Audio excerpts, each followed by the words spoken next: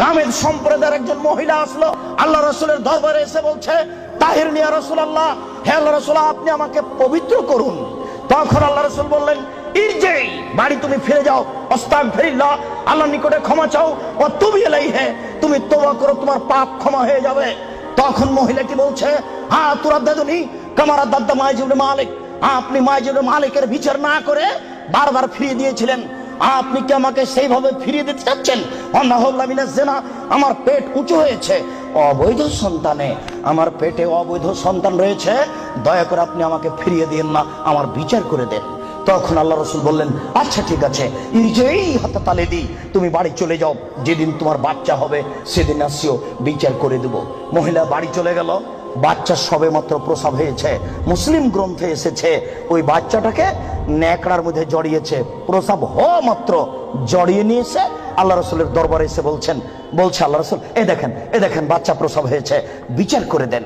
আল্লাহ রাসূল মাথাটা নিচু করে বলছেন, ইরজি, বাড়ি চলে যাও, ফারজি হে, বাচ্চাকে দুধ খাওয়াও, হাত্তা তাপ্তে মিহে, যেদিন বাচ্চা দুধ ছেড়ে দিবে সেদিন আসিও, বিচার করে দেবো। মহিলা চলে গেল, বাচ্চাকে 2 বছর দুধ পান করালো। 2 বছর পরে মহিলা বিচারালয়ে উপস্থিত, অফিয়াদেহি কেসরাত খুমসিন, এমত অবস্থায় বাচ্চার হাতে এক টুকরা রুটি রয়েছে। এই রুটি প্রমাণ করে বাচ্চা খাদ্য খেতে পারে।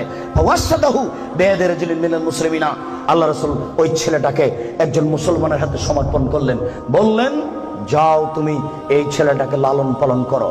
তিনি বললেন, সঙ্গী সাথী, এই যাবো বিহা, তোমরা একে মাঠে নিয়ে যাও, এই মহিলাকে মাঠে নিয়ে যাও, মাঠে নিয়ে গিয়ে গর্ত খুঁড়ে বুক পর্যন্ত পুঁতে দাও, ফারজেমুহা, এরপরে তোমাকে তাকে ইট ঢেল পাথর দিয়ে মেরে মেরে মেরে ফেলো। সাহাবীগণ বলেন, আমরা তাকে মাঠে নিয়ে গেলাম, মাঠে নিয়ে গিয়ে গর্ত খুঁড়ে বুক পর্যন্ত মাটিতে পুঁতে দিলাম। এরপরে চতুর্দিক থেকে ইট ঢেল পাথর মারতে লাগলাম। খালিদ বিন ওয়ালিদ বলেন, একটা পাথর আমি নিয়ে তার মুখের উপরে মারলাম, ফাতারা জাহাদাম আলা ওয়াজহি খালিদ, পাথরটা মুখে লেগে মুখ ফেটে রক্ত ছিটে খালিদের গায়ে লাগলো। ফাসাব্বাহা, খালিদ গালি দিয়ে বলছিলেন, ছি ছি, একজন জেনাকারিনী মহিলার গায়ের রক্ত আমার গায়ে লাগলো, এরকম কিছু হবে? আল্লাহ রাসূল বললেন, মারে রে খালিদ, খালিদ তুমি গালি দিও না, লাগা তাওবা তাওবাতান লাউ তাওয়া সায়মাকসিন লা গফিরা লাহু।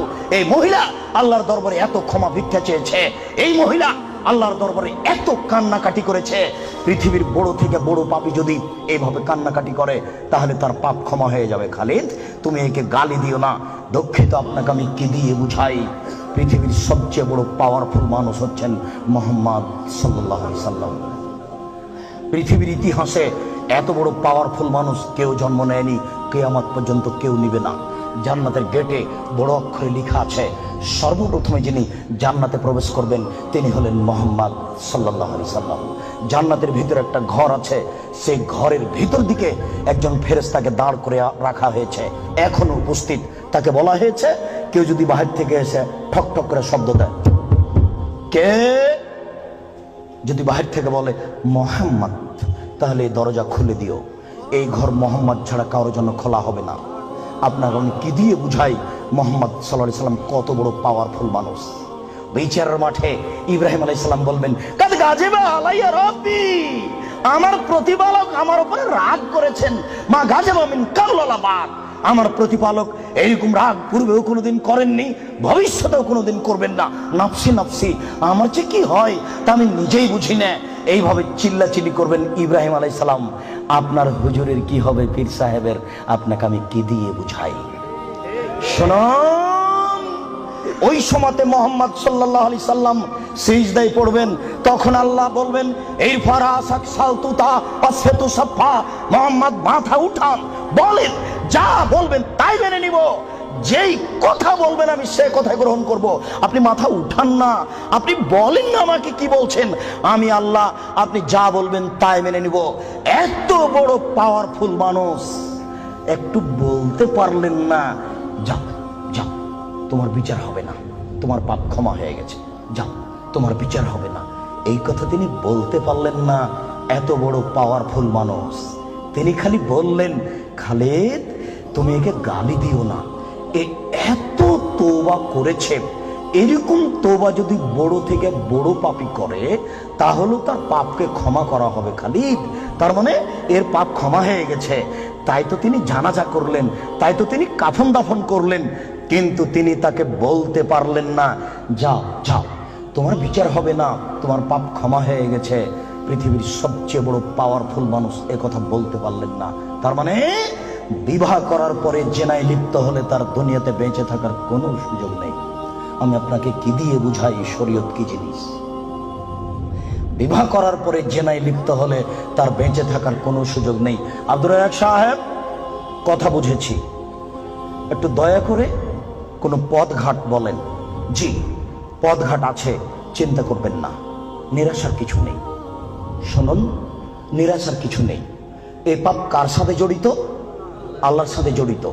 আল্লাহ নবী বলেছেন, কেউ যদি জেনে শুনে 1 টাকা সুদ খায়, 36 বার জেনা করে যত পাপ হবে, 1 টাকা সুদ খেলে তার চেয়ে বেশি পাপ হবে। তিনি বলেছেন, সুদের পাপের 70টি ভাগ রয়েছে।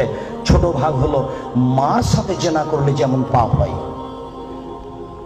সুদ যত বড়ই পাপ হোক না কেন, সুদের পাপ কার সাথে জড়িত?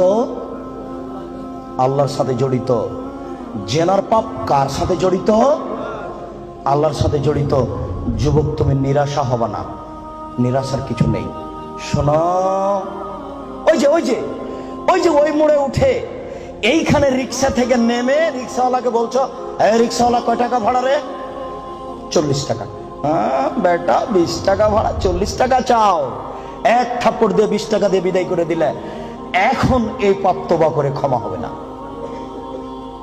মরা পর্যন্ত কাঁদলেও হবে না। এটা খুবই জটিল। জেনার পাপের চেয়ে রিক্সাওয়ালাকে একটা থাপ্পড় মারা কত যে কঠিন, আপনাকে আমি কি দিয়ে বুঝাই? এই ছেলে, তোমার বাপ দলীয় দাপটে জমি দখল করেছে, দিন রাত যদি তোমার বাপ তাহাজ্জুদ পড়ে হবে না। শফিকুল ইসলাম জাগরণী বলেছেন, লাভ হবে না কবর পাকা করে দিয়েছেন, বাপের কবর যদি স্বর্ণ দিয়ে বানান কোনো লাভ হবে না। নজরুল ইসলাম বলেছেন, মসজিদের পাশে কবর দিও ভাই। মসজিদের পাশে কেন, আপনার বাপের কবর যদি কাবা ঘরের নিচে ঢুকিয়ে দেন 1 পয়সা লাভ হবে না। শুনুন, রিক্সাওয়ালাকে থাপ্পড় মেরেছেন, ক্ষমার পৃথিবীতে কোনো সুযোগ নেই। রিক্সাওয়ালাকে খুঁজে বের করতে হবে, খুঁজে বের করে হাত ধরে বলতে হবে, ও রিক্সাওয়ালা, আমি বুঝতে পারিনি গো, তোমাকে 1 থাপ্পড় মারা আমার ভুল হয়েছে, তুমি আমাকে মাফ করো। এই কথা বলার পূর্ব পর্যন্ত পৃথিবীতে কোনো তো কোথাও ক্ষমা নেই। এরা মানুষের সাথে জড়িত পাপ। এই ছেলে, তুমি দিন রাত গরু জবাই করো আর কসাই গোস্ত বিক্রি করো, কোটি টাকা ইনকাম করো, তাতে আসে যায় না। কোটি টাকা ইনকাম করো, তাতে আসে যায় না। প্রত্যেক দাঁড়িতে 50 করে গোস্ত কম দিয়েছ, এখন ক্ষমা নেও দেখি। কিয়ামত পর্যন্ত তওবা করলে এই পাপ ক্ষমা হবে না। জেনা যত বড়ই পাপ হোক না কেন, গোস্ত ঠগিয়ে বিক্রি করার চেয়ে ছোট, গোস্ত ঠগিয়ে বিক্রি করার চেয়ে অনেক বেশি বড় পাপ। এই ছেলে, তুমি তো শহরে প্রতারণা দিয়ে ব্যবসা করছো, এটা দাম কত? 1500। তুমি জানো যে এর দাম 300। আচ্ছা 300, তুমি 500 চাও। চলন্ত বাজার যদি এর 2000 টাকা হয় তবু জায়েজ। তুমি জেনে শুনে বললে 1500 টাকা, তার মানে তুমি প্রতারণা দিয়েছ। একদিনে যদি কোটি টাকা ইনকাম হয় তবু তোমাকে একদিন ভিক্ষুক হতেই হবে। তুমি এইভাবে ব্যবসা কোনোদিন সফলতা অর্জন করতে পারবে না। শোনো, ডবল দাম নেওয়া যায়, প্রমাণ 10 গুণ দাম নেওয়া যায় যদি চলন্ত বাজার সেটা হয়। প্রমাণ, আল্লাহ রসুল বলেন, আনাস, এই যে 1 টাকা নাও, ছাগল কিনে নিয়ে আসো। আনাস বাজারে গিয়ে 1 টাকা দিয়ে ছাগল কিনে আরেক জায়গাতে 2 টাকায় বিক্রি করেছেন। 2 টাকা দিয়ে বিক্রি করে আবার 1 টাকা দিয়ে একটা ছাগল কিনেছেন আর 1 টাকা নিয়ে চলে এসেছেন। আল্লাহ রসুল, এনেন একটা ছাগল আর 1 টাকা। আনাস, কি ব্যাপার? তোমাকে যে আমি টাকা দিয়েছি একটা ছাগল কেনার জন্য, তো টাকাও দিচ্ছ, ছাগলও যে দিচ্ছ। আল্লাহ রসুল, আমি বাজারে একটা ছাগল কিনে ওকে 2 টাকায় বিক্রি করেছি, তারপরে 1 টাকা দিয়ে আরেকটা ছাগল কিনেছি আর 1 টাকা ফিরে নিয়ে এসেছে। আচ্ছা আচ্ছা, বারাকাল্লাহু ফি তিজারাতিক, আল্লাহ তোমার ব্যবসাতে বরকত দান করুক। কি বুঝলেন? ডবল দামে বিক্রি করেছে। ঢাকার ওই পারে যদি 1 টাকা বড় 600 টাকা গজ হয়, আর এই পারে যদি 1200 টাকা গজ হয় তবুও জায়েজ। হোমিও ডাক্তার আমাকে বলছে, আব্দুর রাজ্জাক সাহেব, মাত্র এই বোতলে 10 টাকার ওষুধ আছে, আমি এখান থেকে 1 ফোঁটা ওষুধ দিয়ে 3000 টাকা নিই। যদি টাকা কম নিই তাহলে তার ভরসা কমে যাবে। একদিন পরে আবার এসেছে, এসে বলছে ওষুধ দেন। কি করি, আমিও নিরুপায়। তখন এমনি পানি দিয়েছি, কিচ্ছু না, পানি দিয়েছি, দিয়ে 500 টাকা নিয়েছি। যদি 50 টাকা নিই তাহলে সে মনে মনে বলবে আমাকে কোনো ওষুধ দিল না, আমি কি করব? তখন আমি বললাম ব্যবসা করো, প্রতারণা দিও না। চলন্ত বাজার যদি 1500 টাকা হয় তাহলে নেও, অথবা 500 টাকা নেও, ওই সময় 200 টাকা নিও। তুমি বুঝতে পারছো এটা প্রতারণা, এমন কিছু করো না, জেনার চেয়ে এটা অনেক অনেক অনেক জটিল। সম্মানিত উপস্থিতি, এই ছেলেরা, তোমাকে আশ্বস্ত করছি, নিরাশা হয় না। তবে আমি তোমাকে বলেছি এখান থেকে উঠার আগে মোবাইলে যেন আর কোনো মেয়ের নাম্বার না থাকে। এবার শোনো, তুমি যদি আজকে মোবাইলের সব নাম্বার কেটে দিতে পারো, আর তুমি যদি বলতে পারো আমি জিন্দেগিতে আর কোনোদিন কোনো মেয়ের সাথে কথা বলবো না, তাহলে তুমি যে কোনো বিপদ থেকে বেঁচে যাবে। আমি আলোচনার শেষের দিকে আসছি।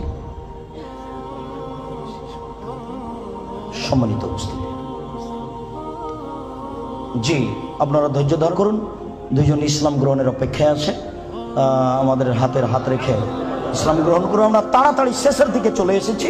একবারে এক পায়ে দাঁড়িয়ে থাকেন, যে কোনো বিপদ থেকে বেঁচে যাবেন এই পথ বন্ধ করতে পারলে। প্রমাণ, 3 জন লোক রাস্তায় হাঁটছিল, বৃষ্টি আসলো, পাহাড়ের গর্তে ঢুকলো, একটা বড় পাহাড়, বড় পাথর মুখের উপরে আসলো, আর তারা বের হতে পারবে না।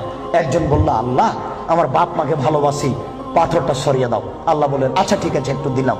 একজন বলল আল্লাহ, আমি একটা লোককে কাজে নিয়েছিলাম, অর্ধেক দিন কাজ করার পরে চলে যাবে। আমি বললাম টাকা নেও। ও বলছে না, নিব না। কদিন পরে এসে বলছে টাকা দেন। আমি বললাম গরু ছাগল নিয়ে যাও। আমাকে বলছে মজাক করবেন না, একদিনের টাকা দেন। আরে আমি বললাম মজাক করিনি, তুমি গরু ছাগল নিয়ে যাও না।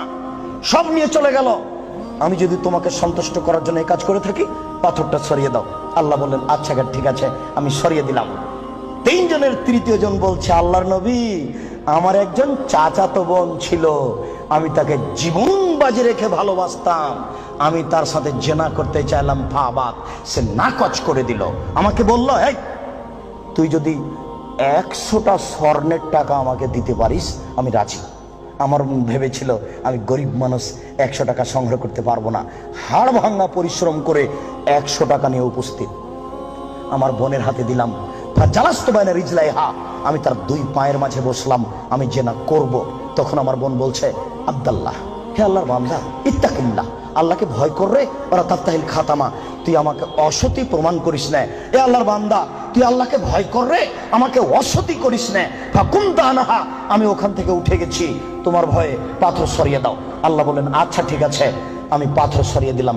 এ দেখো, বিপদ থেকে বেঁচে গেল জেনা বন্ধ করার কারণে। আমি না বুঝাতে পারলাম না। বুখারী মুসলিমের হাদিস।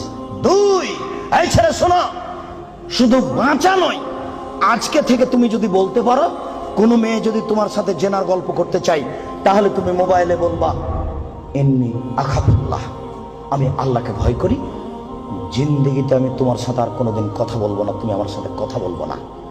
এই কথা যদি তুমি বলতে পারো, বিচারের মাঠে তুমি বিশেষ ছায়াতলে 7 শ্রেণীর মানুষ থাকবে, তার মধ্যে তুমি একজন।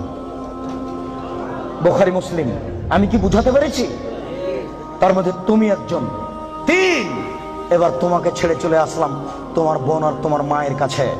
রাসূল সাল্লাল্লাহু আলাইহি ওয়াসাল্লাম বলেছেন, কেউ যদি 4টি কাজ করতে পারে, কোন নারী যদি 4টি কাজ করতে পারে, জান্নাতের যে কোনো দরজাতে ঢুকতে পাবে। 1, 5 ওয়াক্ত নামাজ পড়বে। 2, রমজান মাসের রোজা থাকবে। 3, স্বামীকে মেনে চলবে। 4, জেনায় লিপ্ত হবে না, জান্নাতের যে কোনো দরজাতে ঢুকতে পাবে, কোনো সমস্যা নেই। এবার সবার জন্য আল্লাহ তাআলা বলেন পৃথিবীর মানুষ তোমরা শুনে রাখো, আমি আল্লাহ বলছি, তোমরা যদি তোমাদের প্রবৃত্তিকে ঠেকাতে পারো, যদি বলো আর কোনোদিন জেনায় লিপ্ত হব না, তাহলে আমি আল্লাহ তোমাদের জন্য জান্নাতুল মাওয়া রেখেছি। যারা প্রবৃত্তিকে ঠেকাতে পারবে তাদের জন্য আল্লাহ জান্নাতুল মাওয়া রেখেছেন। সম্মানিত উপস্থিতি, জেনা যত বড়ই পাপ হোক না কেন, আজকে আপনি সেখান থেকে ফিরে আসার চেষ্টা করুন, আল্লাহ আপনাকে রক্ষা করবেন ইনশাআল্লাহ।